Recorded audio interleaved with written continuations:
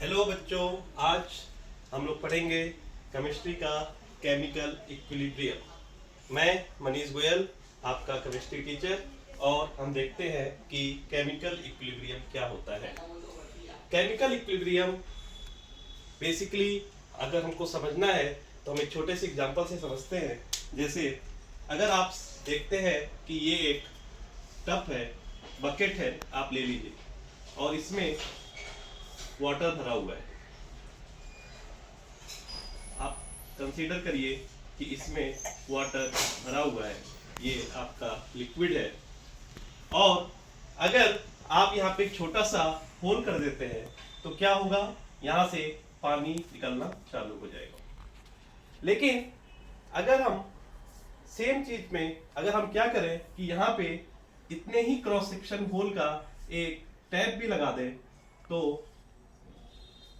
और पानी बकेट में भी आए तो क्या होगा।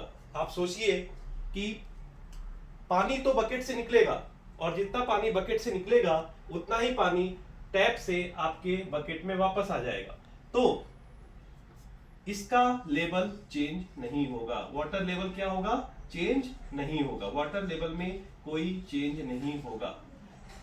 अगर हम इसको पूरा अच्छे से समझें तो हमको क्या पता चलता है, हमको ये पता चलेगा कि इसमें क्या हो रहा है, प्रोसेस हो रहा है कि नहीं हो रहा है। प्रोसेस हो रहा है। पानी के जो भी मॉलिक्यूल्स थे, जो इनिशियल मॉलिक्यूल्स थे पानी के, वो बाहर आ रहे हैं, और पानी के दूसरे मॉलिक्यूल जो है वो अंदर आ रहे हैं। इसका मतलब बकेट में जो ओल्ड वाटर है वो तो बाहर आ रहा है और न्यू वाटर अंदर आ रहा है, बट वाटर लेवल में कोई चेंज नहीं हो रहा है। तो हम क्या कह सकते हैं, हम ये कहेंगे कि ये बकेट में जो वाटर लेवल है वो इक्विलिब्रियम में है। Water level is under equilibrium. Water level is under equilibrium. ये तो एक डायनेमिक, और ये किस तरह का इक्विलिब्रियम है, डायनामिक इक्विलिब्रियम। किस तरह का इक्विलिब्रियम है बच्चों, डायनामिक इक्विलिब्रियम। डायनामिक इक्विलिब्रियम क्यों है, क्योंकि इसमें प्रोसेस हो रहा है, स्टेट जो भी आपका सबस्टेंस का स्टेट है वो चेंज हो रहा है, उसका मॉलिक्यूल चेंज हो रहा है। एक दूसरे तरह का इक्विलिब्रियम होता है, अगर आप समझो ये एक ब्लॉक रखा है और आप इस पे एक फोर्स लगा रहे हो F, और एक फोर्स इधर आप लगा रहे हो F, तो इस केस में क्या हो रहा है कि ब्लॉक आपका क्या है, स्टैटिक कंडीशन में। ब्लॉक आपका स्टैटिक कंडीशन में है, ब्लॉक में कोई मूवमेंट नहीं हो रहा है, तो इसको हम बोलेंगे स्टैटिक इक्विलिब्रियम। क्या बोलेंगे, स्टैटिक इक्विलिब्रियम। नॉर्मली हम केमिस्ट्री में जो भी इक्विलिब्रियम पढ़ते हैं वो हम केमिकल इक्विलिब्रियम पढ़ते हैं। केमिकल इक्विलिब्रियम में हम डायनामिक इक्विलिब्रियम पढ़ते हैं। तो this is the example of dynamic equilibrium. This is the example of dynamic equilibrium. समझ में आया आप लोग को, डायनामिक इक्विलिब्रियम क्या होता है, समझ में आया। अभी केमिकल इक्विलिब्रियम देखने से पहले हम देखते हैं कि कितने तरह के रिएक्शंस होते हैं।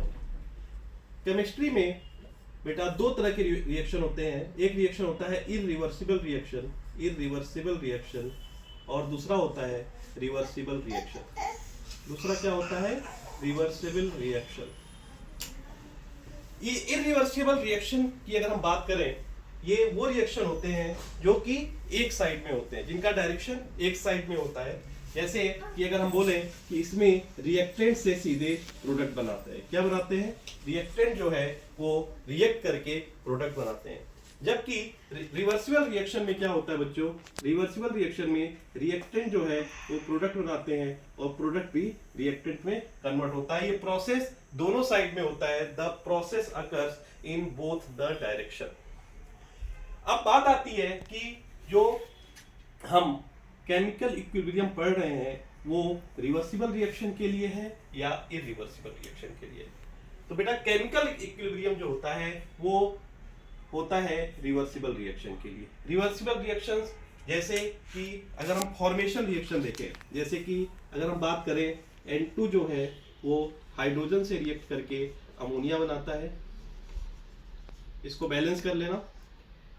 हाइड्रोजन आयोडीन के साथ रिएक्शन करके हाइड्रोजन आयोडाइड बनाता है। ये सारी रिएक्शन जो है कैसे रिएक्शन है, फॉर्मेशन रिएक्शन है। और ये रिएक्शन रिवर्सिबल रिएक्शन होते हैं और इसमें केमिकल इक्विलिब्रियम एप्लीकेबल होता है। जबकि इरिवर्सिबल रिएक्शंस कौन कौन से होते हैं, जैसे पहला अगर हम देखें तो एसिड बेस रिएक्शन, इसको न्यूट्रलाइजेशन रिएक्शन भी बोलते हैं, न्यूट्रलाइजेशन रिएक्शन। इसमें क्या है कि एसिड जो है अगर बेस के साथ रिएक्ट करता है तो क्या बनाता है बेटा, सॉल्ट और वाटर। क्या बनाता है, सॉल्ट और वाटर। दूसरा रिएक्शन अगर हम देखें जो कि इरिवर्सिबल रिएक्शन होता है, अगर हम दूसरे रिएक्शन की बात करें जो कि इरिवर्सिबल रिएक्शन होता है, तो वो रिएक्शन होता है कंबस्शन रिएक्शन। क्या होता है, कंबस्शन रिएक्शन। कंबस्शन रिएक्शन होता है, और जैसे कार्बन को अगर हम ऑक्सीजन के प्रेजेंस से कंबस्शन कराते हैं तो हमको कार्बन डाइऑक्साइड गैस मिलती है, और ये रिएक्शन भी क्या होती है, इरिवर्सिबल रिएक्शन।